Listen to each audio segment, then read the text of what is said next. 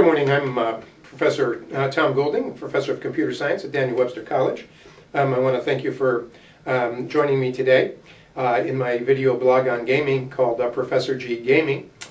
Today I want to introduce a Monopoly game to you that might be very well suited to use with the G method in a freshman class where in fact you're just beginning to experiment with the possibility of using agile software engineering methodologies along with a non-traditional classroom and a non-traditional assessment. In particular, where you're going to be having students do a great deal of independent study and independent learning in small teams where there's a lot of peer-to-peer research, sharing, and cooperative learning, if you will. This Monopoly game is a single client game, was developed about 5 years ago in C++ with the Microsoft Foundation classes. So it's an earlier attempt to use managed code, and therefore it was extraordinarily complex and difficult at that particular time. Now, because of our experiences with the method, we now ask students to go far beyond the single client games such as Monopoly.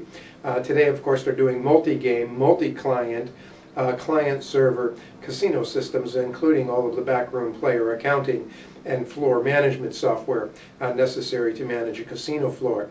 But as an early effort and a reasonably low-risk effort, developing a single client two-dimensional board gaming system could be very suitable for both a high school environment or a college environment where you're just wanting to experiment with the method before asking students to climb an extremely difficult and extremely high mountain.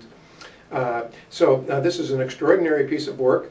I'll turn my attention here to, in just a moment, to launching the intro trailer, if you will, that the students developed to introduce you to their game, and then I'll demonstrate a few of the features.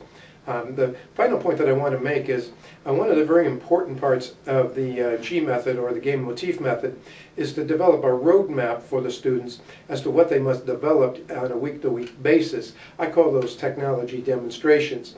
You got to remember that in the second term of the freshman year, the students have only probably done console programming and may not even have used the language that you choose to use for the second term.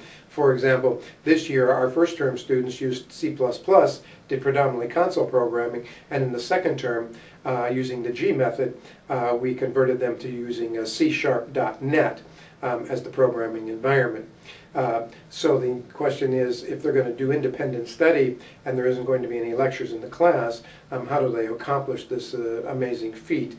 And the answer is where the instructor or professor's creativity comes to play is by creating technology demonstrations of the functionality that the students should master on a week-to-week basis, so they know what they're shooting for in terms of the knowledge that they must assimilate and accomplish. And where those technology demonstrations build a technical base so that the students, probably around week 8 to 10, can make a serious effort at completing a full gaming system. But they don't know automatically what it is that they should learn on week 1 or week 2 or week 3. And this is where the professor, his experience and his wisdom come into play, as well as his ability to craft an appropriate technology demonstration that eventually cascades, or pyramids, if you will, into a complete collection of knowledge that's sufficient for a student to develop a gaming system. So without further ado, let me demonstrate to you a Monopoly game.